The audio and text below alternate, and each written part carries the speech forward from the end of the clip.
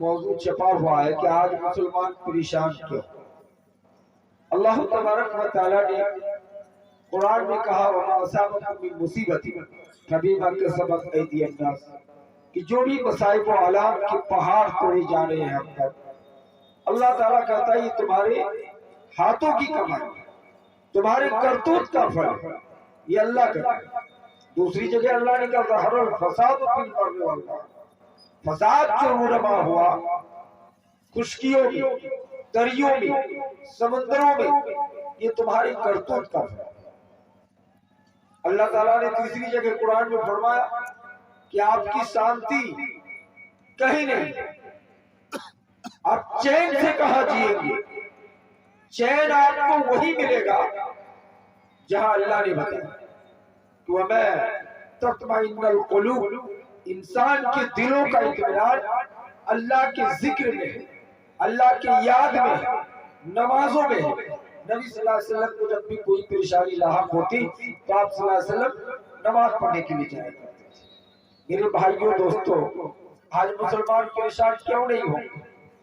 ایک تو مسلمان بھارت کے اندر 20%، ہر 100 میں 20 مسلمان ہیں، 80 ہمارے ہندو بھائی لوگ، سکھ بھائی لوگ، تو 20% مسلمان، اس میں 17 قسم کے مسلک، 17 طریق اور 74 قسم کی جاتی ہے مسلمان، سمجھ؟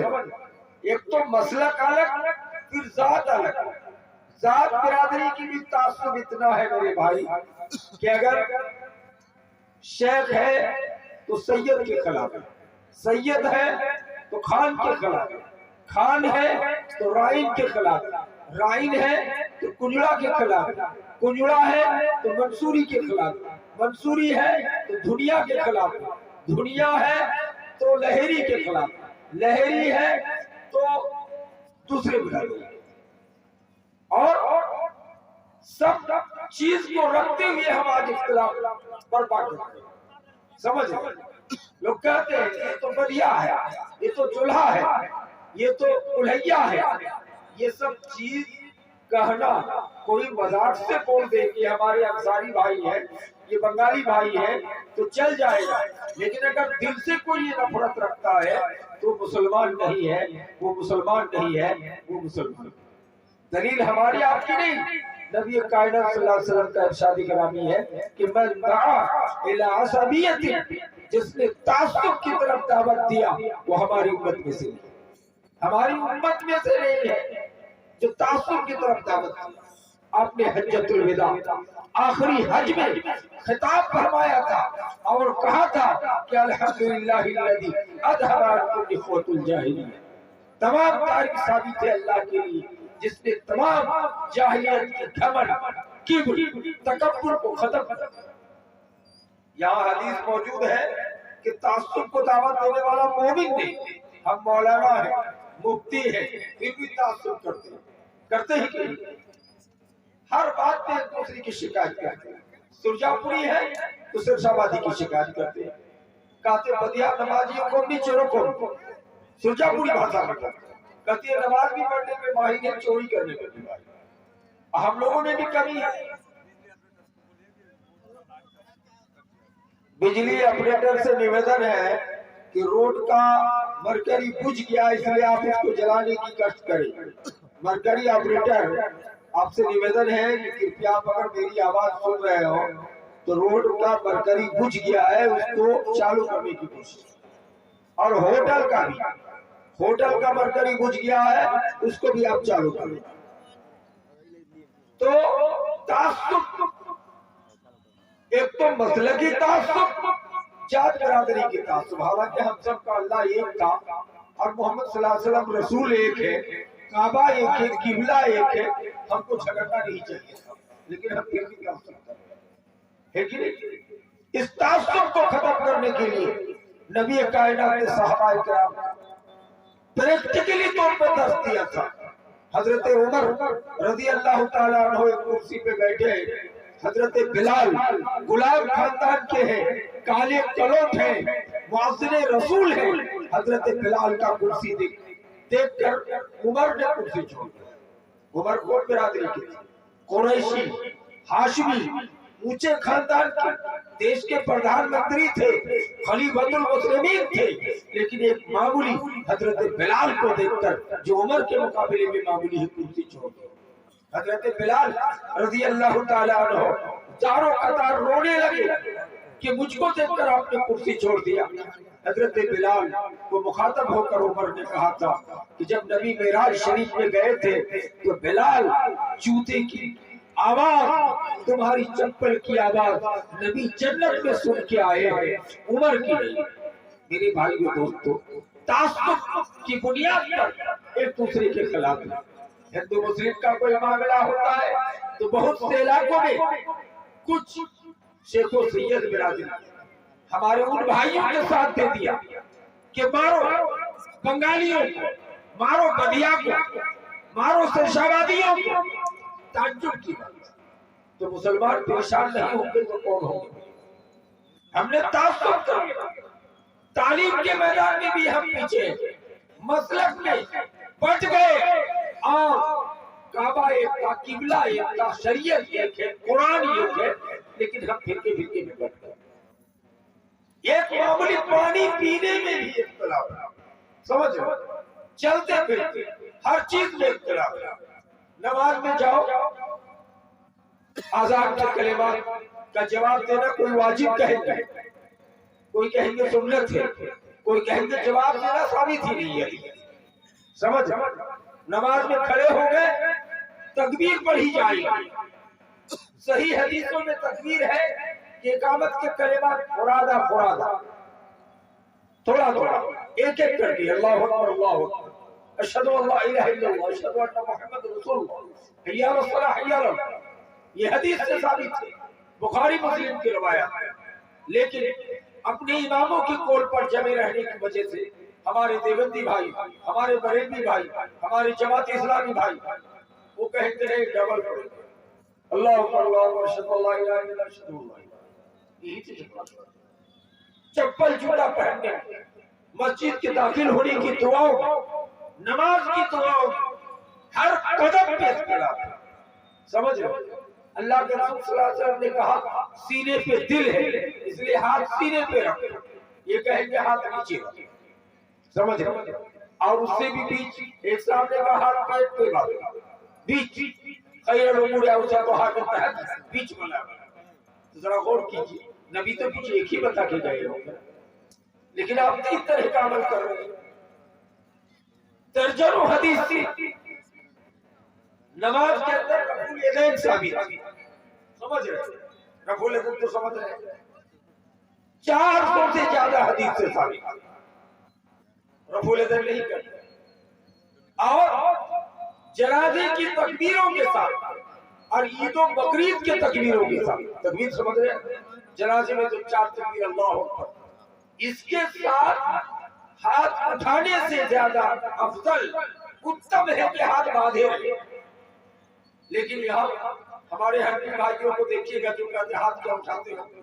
ارے پہلے زمانے میں نبی کے دور میں کچھ صحابہ کرام چپکے سے پرانی عادت کے مطابق نعوذ باللہ بغل میں کچھ لایا کرتے تھے, اس لیے نبی نے کہا تھا رفع الیدین کرو تاکہ چھوٹا چھوٹا کچھ بغل سے جھڑ جائے. نعوذ باللہ. آپ سبھی لوگ چاہتے ہیں کہ اسلام قبول کرنے کے بعد بلال کو کس طرح سجا دیا گیا, عبداللہ بن حذیفہ کو کس طرح ستایا گیا, حضرت خبیب کو کس طرح پھانسی میں چڑھایا گیا, حضرت معاذ بن جبل کو نبی نے کس طرح سے دعوت و تبلیغ کے لیے وصیت کیا کہ معاذ تم جا رہے ہو یمن کا گورنر بنا کر, قتل کر دیے جاؤ, جلا دیے جاؤ, کیونکہ اللہ کے ساتھ شرک ہے. اور یہ صحابی مگر سے خود لے کے آئے. استغفر. مسئلہ بھی افراد و تفرید دیکھیے, جنازے کی تکبیر کے ساتھ ہاتھ اٹھانا اتم نہیں ہے, ہاتھ باندھے رہنا چاہیے. لیکن یہ دیکھیے ہر حنفی بریلوی بھائی بھی جنازے کی تکبیر عیدین کے ساتھ اللہ اکبر. نماز میں 450 حدیثوں میں ثابت ہے کہ ہر تکبیر کے بعد ہر وقت رفع الیدین کیا جائے. اس کو کرنے کے لیے کیا نبی نے کہا, صحیح بخاری مسلم کی روایت کہ آمین زور سے کہو, اور آپ نے دوسری حدیث میں بتایا من وافق تعمیرہ وتعمیر الملائکہ غفر له ما تقدم من آمین زور سے کہو. اگر تمہارا آمین اور فرشتوں کے آمین ٹچ کر گیا مل گیا تو تمہارے آمین پچھلے 1 سال کا گناہ معاف کر دیا. آج آمین کچھ لوگ دھیرے سے بولتے ہیں, زور سے بولنے والے کا مذاق اڑاتے ہیں. نبی نے پوری زندگی بھر مصافحہ کیا دائیں ہاتھ. نبی کی حدیث ہے یحب التیمم فی کل شیء, نبی ہر چیز میں دائیں کو پسند کرتے ہیں. جوتا پہنتے پہلے دائیں پہنتے, بال میں کنگھی کرتے تو دائیں جاری, ہاتھ کے ناخن کاٹتے تو پہلے دائیں ہاتھ کا اس کے بعد بائیں ہاتھ کا, پہلے دائیں پیر اس کے بعد بائیں پیر, ہر چیز میں دائیں. حضرت علی مرتضی شیر خدا حضرت حسین کے باپ ہے, حضرت فاطمہ کا شوہر ہے, نبی کے داماد ہے. حضرت علی مرتضی کہتے ہیں پوری زندگی بھر ہم نے دائیں ہاتھ سے مصافحہ. علی سے پوچھا گیا کہ 2 ہاتھ کیوں نہیں لگاتے ہو؟ کہتے ہیں کہ بائیں ہاتھ پیشاب و پاخنے کے بعد استنجا کے لیے, ناک میں نیٹا ہے تو بائیں ہاتھ کا یوز کرتے ہیں. دائیں ہاتھ کو اللہ نے ہر مقرر کام کے لیے بنایا ہے اور ہر اچھا کام نبی دائیں ہاتھ سے کرتے تھے. میں نے کبھی مناسب نہیں سمجھا کہ نبی کے دست مبارک سے اپنے بائیں ہاتھ جس سے پاخنے کے بعد استنجا کرتا ہوں اس کو کبھی ٹچنگ نہیں کیا, یعنی دائیں ہاتھ سے مصافحہ. یہاں نبی نے کہا دائیں, ہم کہہ رہے بائیں دائیں کرو. ہم پر پریشانی لاحق نہ ہوگی تو کن پر ہوگی. شرک کرنے سے نبی نے روکا. آج ہم قبروں پہ چادر, قبروں کی پوجا کر رہے ہیں, اور یہی علی کا بیٹا حضرت حسین کا نام لے کر محرم کے تازیہ بڑھا رہے ہیں, ڈی جے بجا رہے ہیں, اور وہ ڈی جے کے پیچھے پیچھے عورت مرد بچہ بوڑھا مولانا سر پہ ٹوپی چہرے پہ داڑھی ہے وہ بھی ڈھولک بجاتے ہوئے جا رہے ہیں. حدیث کی بغاوت ہو رہی ہے. یہ علی کی حدیث کن کو یاد نہیں ہے؟ حضرت علی کہتے میں نبی کے ساتھ بنو نذیر یہودی کے گاؤں ہو کے گزر رہا تھا. مدینے کے اندر ڈھولک کی آواز آئی, آقا کو دیکھا کہ اپنے ہاتھ کی انگلیوں کو کان پہ رکھ لی, بند کر لی, تو ڈھولک کی آواز نبی کو پسند ہے. یہ علی حسین کا باپ اور حسین کے نام پہ تازیہ نکالے جا رہے ہیں, ڈھولک بجائے جا رہے ہیں, ڈی جے بجائے جا رہے ہیں. تعجب کیا, کون سی شریعت, کیسی شریعت کو مان رہے ہو, کس ڈیزائن پہ جا رہے ہو, کس جگہ پہ جا رہے ہو؟ مسلمان پریشان کر رہے ہیں. میرے بھائیوں دوستوں, کیا یہی شریعت, یہی اسلام نے درس دیا تھا؟ حضرت فاطمہ الزہرا رضی اللہ تعالیٰ عنہا نبی کی بیٹی ہے, لگتے جگر ہے. نبی کی بیوی اماں عائشہ رضی اللہ تعالیٰ عنہا کہتی ہے کہ نبی کو ہر بجنے والی چیز سے نفرت. جاد المعاد میں علامہ ابن قیم نے لکھا ہے کہ ایک بچی پیر پہ گھنگرو پہنی ہوئی تھی, نبی کے گھر پہ ہی کر رہی تھی. حضرت عائشہ نے ہاتھ پکڑ کے پیچھے کر لیا. لڑکی کی ماں آ گئی کہ ہماری بیٹی کو گھر میں کیوں نہیں داخل ہونے نہیں دے رہی ہو؟ اماں عائشہ نے کہا میری سرکار محمد مصطفیٰ صلی اللہ علیہ وسلم کو ہر بجنے والی چیز سے نفرت.